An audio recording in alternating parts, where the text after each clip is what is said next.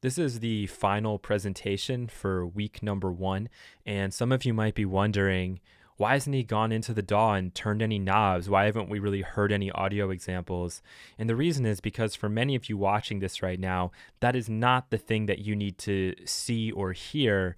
If you went through course 101, we did a lot of that, so you could kind of hear what these different effects do.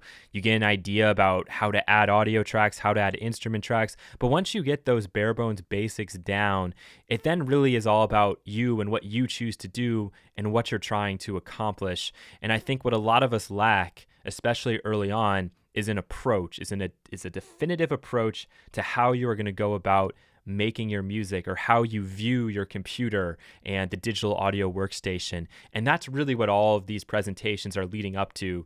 So while this might be the really boring stuff that you want to sleep through, in my opinion, this presentation right here might actually be the most important thing that you see this entire course, even when we get into the technical examples, because the technical stuff and the turning knobs, that's very easy. Learning your DAW and how to work it from reading the manual or watching videos on YouTube, that's very easy. But the approach part, the part that becomes very personal to you, that is very difficult. And that is what you really need to kind of start to train yourself in early on, so that you don't fall into that trap later of only knowing how to kind of turn knobs and faders, but not really understanding what you're trying to do, how you're approaching it, and how to make the music.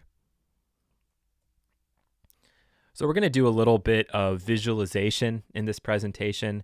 I want you to imagine that this studio you're looking at here was first built in, I don't know, the 1950s. Let's go like really early, maybe even earlier. Let's say it was built like in the 1930s.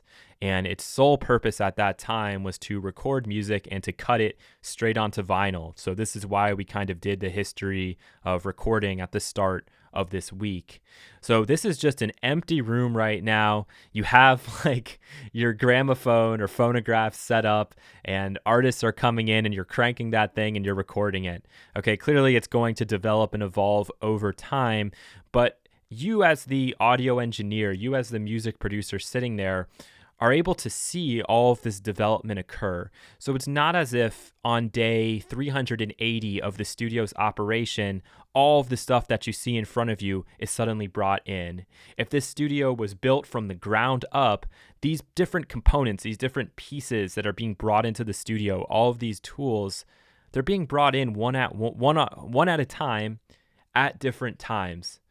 So it's not as if one day suddenly this whole rack just comes in and it's filled with all of this great gear for you to use.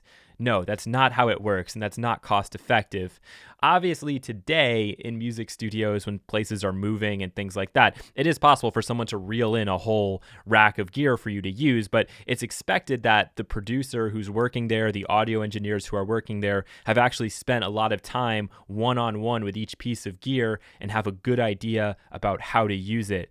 Inside of the computer, it works kind of exactly the opposite. All of the stuff is there for you at the very beginning, and it's kind of then like you don't really know how to use it, but you can very easily put it on anywhere. And that's kind of the weird difference between the computer and the actual music studio itself. So what we're going to try to do in this course is actually take that mindset of, we are recording engineers, we are music producers in the 1950s, in the 1960s, and we're just going to be wheeling things in kind of one at a time so that we get that perspective on working with our tools and kind of not taking them for granted like we do in the computer today, but really trying to get the most out of them. So from the full studio, we're going to move over to the gear rack here.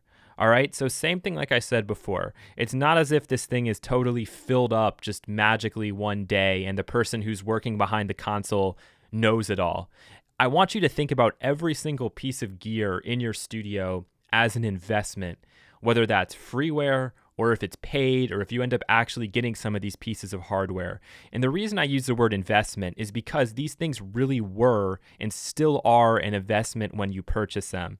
If you look over to, well, let's just look at right at the center, okay? So you have a couple of TubeTech devices here. There's a TubeTech CL1B down below, and the thing above that, it's an EQ. I'm not sure which model it is.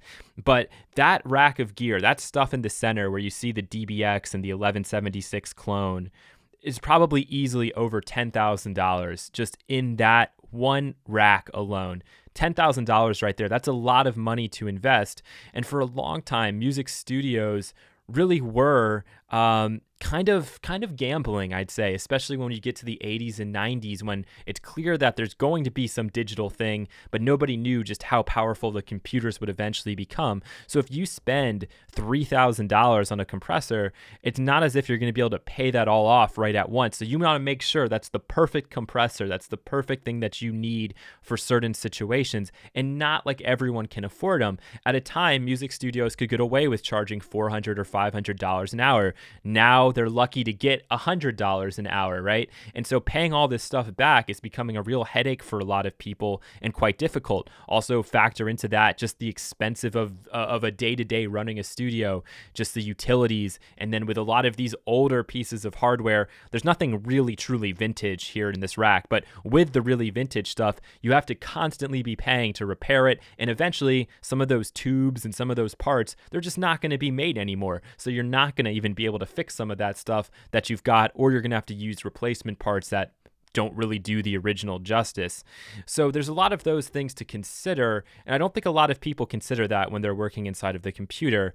One of the main reasons why mixing engineers and audio engineers, especially from the past, who've invested a lot of money in this gear, come out and really try to like raise the analog flag and be like, you need to use the hardware, is because they want to try to recoup on their investments. And they're really worried right now because a lot of people realize that with the power of the computer, the plug-in sound is pretty good. It's not going to be exactly the same as the hardware, but for some people who've never used the hardware, they might actually prefer the sound of the plug-in. And nowadays, a lot of things you listen to on the radio or on Beatport or wherever it is you listen to your music, some of these things have never even touched a piece of actual hardware gear. And it's so easy in the computer to just kind of drop something in and go, all right, we'll see if this kind of works. But I want you to think about it the other way, which is imagine each time you're dropping in a plugin, it really exists as if it was on a gear rack.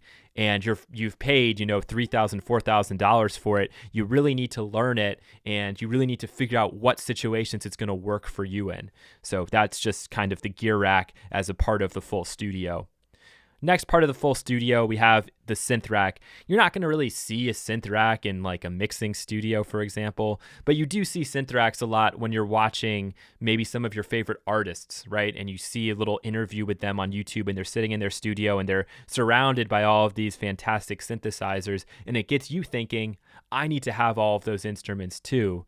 But just like we saw with the gear rack, just like we're seeing with that physical recording studio, that there's it takes a decent amount of time to build up to that. And it's true with the synth rack also. It takes time for these people to buy these things. They don't just buy them every day. I mean, if you're super wealthy and you can do it, maybe you do that. But the issue is, when are you ever going to have time to learn all of them? So I always imagine when I see these people's studios that there was a time when there was nothing on those racks. And if you're brand new to making music right now, that's you. You don't have a huge list of plugins. Or if you do, maybe you want to consider getting rid of a lot of them, because you need to kind of go slowly. You need to add things one at a time, really learn them, get their purpose, and then move on to the next thing. So when we look at a full studio in 2016 that's had 20 or 30 years to acquire gear, it takes you out of the mindset of what it's really like to be sitting somewhere and making music, which is having nothing at the very beginning, which is how, recording and music all began. In some music studios, you'll have instruments. Not in all of them. A lot of places might have a nice array of like electric guitars, and you'll have a bunch of different amps and cabinets and stomp boxes. If you're lucky, you might go to a place that has like a really nice piano, like we have a Steinway here in this particular music studio, but that's kind of unlikely. But I want you to keep that same idea in mind. It's not every day that you're going to be wheeling in $100,000 pianos or instruments, but in the computer, it's very easy to do that again. And so you just have to take your time, be patient, learn each instrument one at a time, understand its sound, use it before going and pulling from another source without kind of understanding what you have from the beginning. So just thought I'd also throw instruments in there as a part of the physical studio. So, our approach, we're now getting to the crux of this course and what we're going to be doing.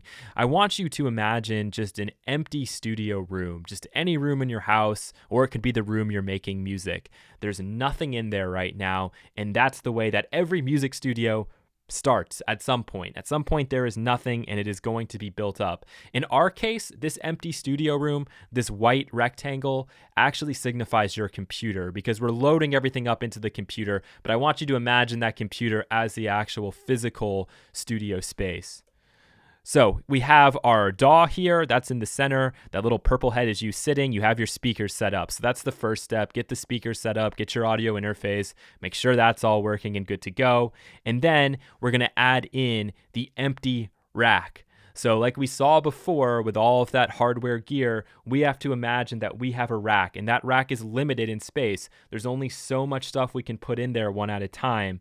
So as you see, I've broken it out now. We're going to have a space that's designed just for EQ. We bring that in. We have the compressor. So we're imagining that we've spent $6,000. We've got a couple EQs. We've got a couple of compressors. And now that's an additional tool that we can use. But nothing else right now. That's it. That's all we've brought in. Followed by bringing in our instruments. We now have a piano. We've got in some guitars in the back. We keep moving this process forward. This is a slow moving process. In the presentation, it's going fast. But in reality, this isn't all happening day by day, second by second. This could be weeks, months, years. And we start to add in more effects, delays and reverbs, multi-effects units. And kind of like in the 70s and 80s, we started to see these things coming out, right? So people could then buy them. And if you were buying them at the time, right, there weren't that many options. So you could sit down, really learn it, figure out what it's going to be good for. We add in our stomp boxes. We add in some guitar amplifiers. We go over, we get some vintage gear. We move on. We have a synth rack. You know, these things are happening, but in due time. All right, that's really kind of the main focus and main idea I want you to have. And that's the way we're going to be approaching this. We're not going to go in this exact order, but that's going to be the way that we are making our music and how we're adding tools on. And we're going to talk about each of those tools along the way. So our approach, think of your virtual studio as if it was real, as if it was a physical space. You don't add a new piece of gear every day to your physical studio, but in the computer, you can do exactly that. And because it's so easy to add new tools into our computer and onto our digital audio workstation, we have to be especially patient, and we need to restrain ourselves and understand that everything we bring in is going to have its purpose, it's going to have its function, but it might take you a little bit of time to learn and figure out what exactly that is. And its function could be different to each and every person who's loading it up.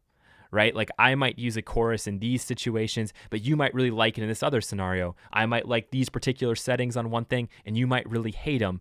That's kind of the joy of the making music, but it's about you coming to those conclusions. And the only way you can come to those conclusions is if you break this down and kind of add things one at a time. So as the second bullet says, spend some time getting familiar with each device before you move on to the next one.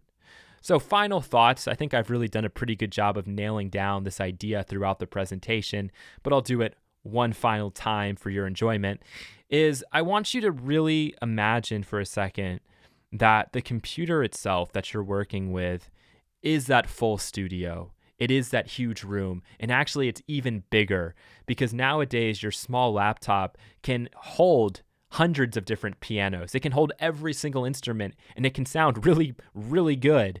In some cases, better than if you were actually going to sit down and record it yourself, because maybe you don't have that experience recording. So, you know, the samples may actually sound better to you. It might fit better in the track that you're working on to use those sample packs versus recording something in real life. And you just have to sit there and you have to spend the time. And in this course, that's the way we're going to be approaching things.